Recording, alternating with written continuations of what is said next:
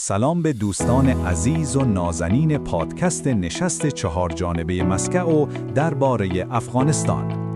امروز با یک گزارش مهم از تحولات منطقوی همراه شما هستیم. موضوع بحث ما نشست چهار جانبه است که به تازگی در مسکع و با حضور نمایندگان ارشد پاکستان، ایران، روسیه و چین برگزار شده است. موضوع این نشست آخرین تحولات افغانستان و مسائل مرتبط با امنیت منطقه‌ای. با ما همراه باشید. به نقل منابع، این نشست با تمرکز بر موضوعات حساس مثل وضعیت کنونی افغانستان، امنیت منطقه‌ای، مبارزه با تروریسم و همکاری‌های مرزی برگزار شد. 4 کشور حاضر یعنی پاکستان، ایران، روسیه و چین بار دیگر بر موضع مشترک خود تاکید کردند: مخالفت قاطع با ایجاد هر گونه پایگاه نظامی خارجی در خاک افغانستان. اما این تنها موضوع بحث نبود. نمایندگان این کشورها درباره دوگانگی استانداردهای جامعه بین‌المللی در مورد معافیت‌های سفر مقامات طالبان هم گفتگو کردند.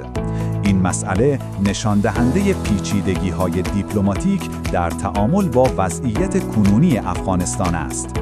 چرا این نشست اهمیت دارد؟ افغانستان با چالش‌های امنیتی، اقتصادی و سیاسی عمیقی دست و پنجه نرم می‌کند. موقعیت جغرافیایی حساس این کشور آن را به کانون رقابت و نفوذ قدرت‌های منطقه‌ای و بین‌المللی تبدیل کرده است. پاکستان و ایران در این میان تمرکز ویژه‌ای بر امنیت مرزی و مهار تهدیدات گروه‌های مسلح دارند.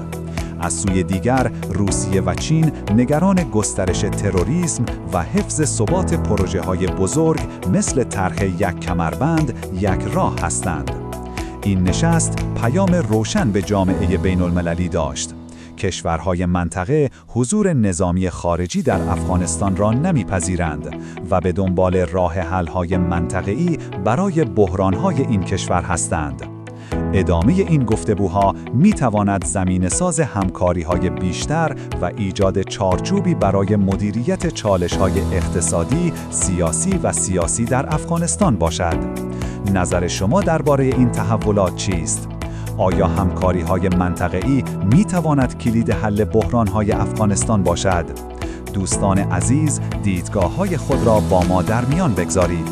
تا قسمت بعدی پادکست با ما همراه باشید. خدا نگهدار.